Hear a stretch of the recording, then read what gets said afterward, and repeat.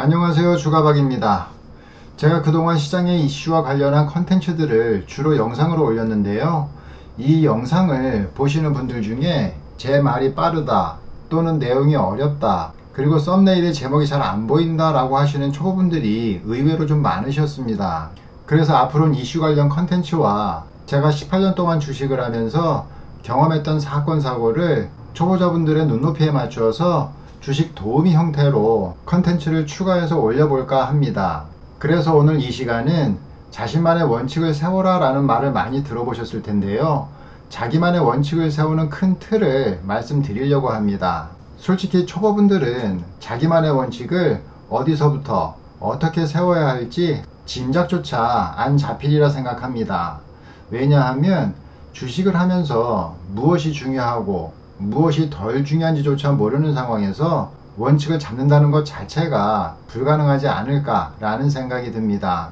그래서 여러분이 주식을 시작할 때 알아야 할 내용들을 제가 주식을 하면서 크게 4가지로 분류했던 그 원칙을 소개해 드리도록 하겠습니다. 첫 번째 매매 원칙은 시장의 재료를 기준으로 종목을 찾는 건데요. 시장의 재료다 라고 하면 여러분이 흔히 포털 사이트에서 찾을 수 있는 그냥 뉴스 정도다 라고 보시면 됩니다. 그래서 이 뉴스를 확인하시고 매매할 종목을 찾는 방법이 있고요. 두 번째 원칙은 재물을 기준으로 원칙을 찾는 건데요. 이 재무라는 건 여러분이 흔히 들어보셔서 알겠지만 재무, 재표를 이야기합니다. 그래서 재무, 재표를 보고 우리가 보통 투자의 기준으로 삼는 건 안전성과 성장성 위주로 종목을 찾아서 매매하는 방법입니다. 그 다음에 세 번째 원칙은 수급을 기준으로 잡는 건데요. 이 수급이라 함은 여러분이 다 알고 계시겠지만 개인이 있고요. 그 다음에 외국인이 있고요. 그 다음에 기관이 있습니다. 요즘에는 동학개미라고 해서 개인들의 수급이 좋은 종목도 상당히 잘 가고 있는 상황이고요.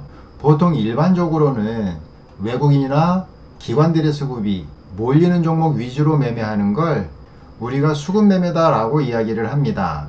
자, 그 다음에 네 번째가 차트의 특징을 보고 매매하는 건데요. 이 큰 틀의 매매 원칙 중에서 대부분의 투자자들의 원칙이 이 차트의 기술적인 분석에 맞춰져 있다 라고 보시면 됩니다. 그럼 이 기술적인 분석이 무엇인지도 궁금하실 텐데요. 차트를 보고 설명을 드리면 이렇게 캔들이 있고요. 그 다음에 이 아래는 거래량이 있습니다. 그리고 이평선 같은 경우에는 여러분들이 원하는 대로 세팅을 해 놓으시면 되는데요. 지금 여러분이 보시는 이 차트는 대신증권 차트고요. 이평선을 한번 세팅해 보도록 하겠습니다.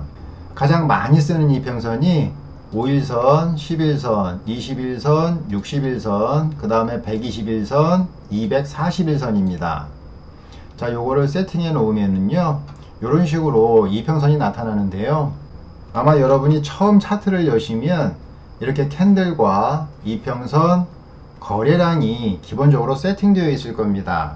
여기서 여러분은 이 이평선의 기본적인 원리를 좀 이해하셔야 되고요. 그 다음에 여기 차트를 보시면 이렇게 하락하는 구간도 있고 상승하는 구간도 있고 그 다음에 또 하락하는 구간, 상승하는 구간, 또 하락하는 구간, 상승하는 구간, 이런 식으로 큰 파동을 만들기도 하고요.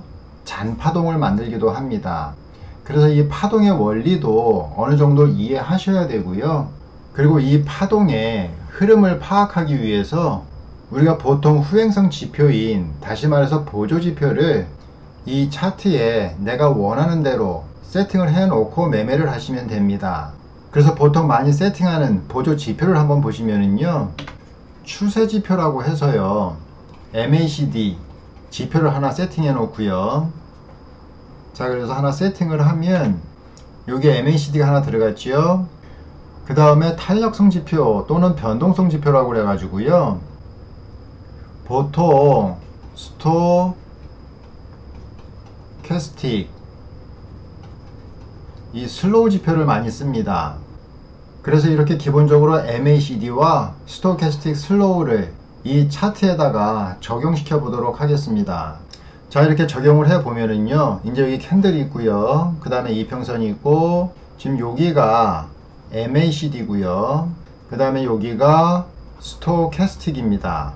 일단 가장 기본적인 지표를 이렇게 두 개 세팅을 해 봤는데요.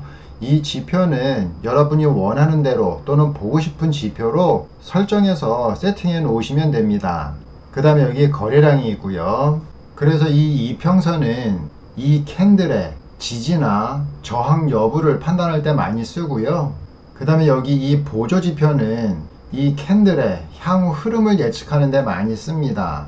하지만 좀 전에도 말씀을 드렸듯이 후행성 지표이기 때문에 이미 캔들이 만들어진 후에야 이 지표가 만들어집니다. 그래서 여러분들이 이 보조 지표를 사용하실 때에는 이 캔들의 움직임보다 이 지표의 움직임이 훨씬 느리기 때문에 무엇을 보고 판단하시면 되느냐 하면 연속성을 보고 판단하시면 돼요. 만약에 이 지표가 상승을 바라보고 있다, 그러면 향후 계속 상승할 가능성이 있다 라고 보고 매수로 대응하시는 거고요.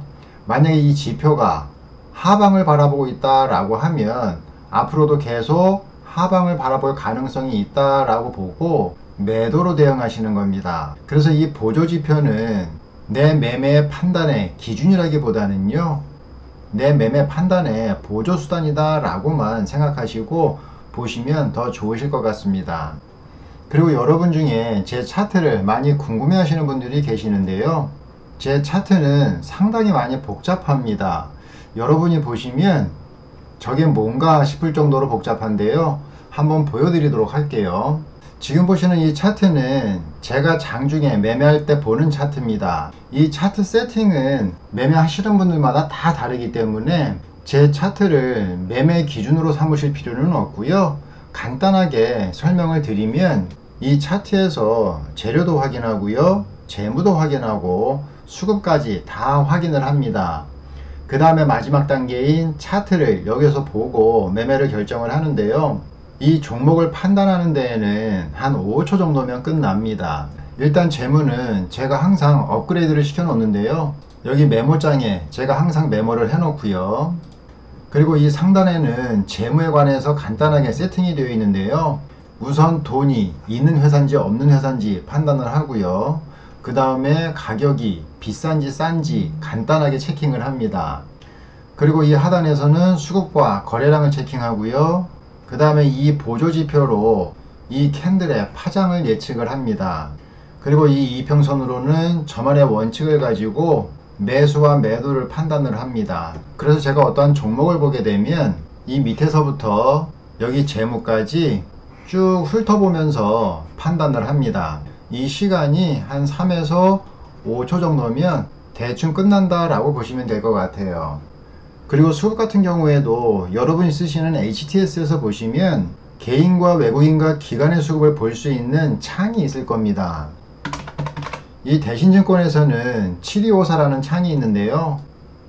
여기에 개인, 외국인, 기관이 있고요. 이 기관을 세분화해서 금융투자, 연기금, 사모펀드, 보험, 투신, 은행, 기타금융, 국가지자체 등등이 나와 있습니다.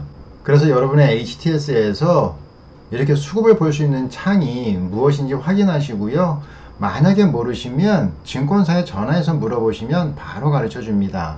그래서 최소한 수급을 체크할 수 있는 창 번호 정도는 기억하고 계셔야 되고요. 또 하나 여러분이 알아놓으셔야 할 창은 재무창입니다. 이 대신증권에서는 8251 그래서 재무 비율을 표현하는 창이 있는데요. 요거를 이렇게 그래프로 볼 수 있습니다. 그래서 영업이익이라든지 아니면 당기순이익 등을 간편하게 그래프로 증가했는지 감소했는지 파악을 할 수가 있어요. 그래서 이런 재무에 관련된 창들도 기억하시고 계시는 게 좋고요. 아까도 말씀을 드렸듯이 재료 같은 경우에는 여러분이 많이 쓰시는 포털 사이트를 이용해서 최근 뉴스로 재료를 찾으시면 됩니다. 이런 식으로 매매하시면서 나만의 원칙을 조금씩 만들어 가시면 분명히 여러분의 보석 같은 원칙이 만들어지실 거고요. 간혹 여러분들이 좋은 기법을 하나 달라고 하시는 분들도 계십니다. 하지만 그렇게 해서 얻은 기법은 여러분의 돈과 시간을 낭비할 뿐이고요. 차라리 그 기법이 어떻게 만들어졌는지를 물어보세요. 그 기법의 생성 과정을 알아야 적재적소에 써먹을 수 있는 지혜도 생기고요. 그리고 지혜 없는 지식은 사막에 나무를 심어 놓은 것과 같다라고 보시면 됩니다. 그 어떤 행동도 아무 의미가 없다는 뜻이고요. 그리고 어떤 사람은 주식 공부를 하지 말고 주식의 감을 익히라고 모순된 말을 하는데요. 하지만 그 감도 주식의 생리를 알아야 얻을 수 있기 때문에 시간을 길게 잡고 여러분만의 원칙이 세워질 때까지 공부와 실전을 겸용해 나가시기 바랍니다. 이런 과정을 통해서 경험이 쌓인 원칙이야말로 진정한 여러분만의 원칙이라는 거 잊지 마시고요. 꾸준히 노력하시다 보면 여러분만이 사용할 수 있는 여러분만의 엑스칼리버를 만드실 수 있을 겁니다. 자, 오늘은 매매 원칙을 만드는 방법에 대해서 궁금해 하시는 분들이 많아서 잠깐 소개해 드렸는데요. 자, 이 영상 도움이 되셨으면 구독과 좋아요 부탁드리겠습니다.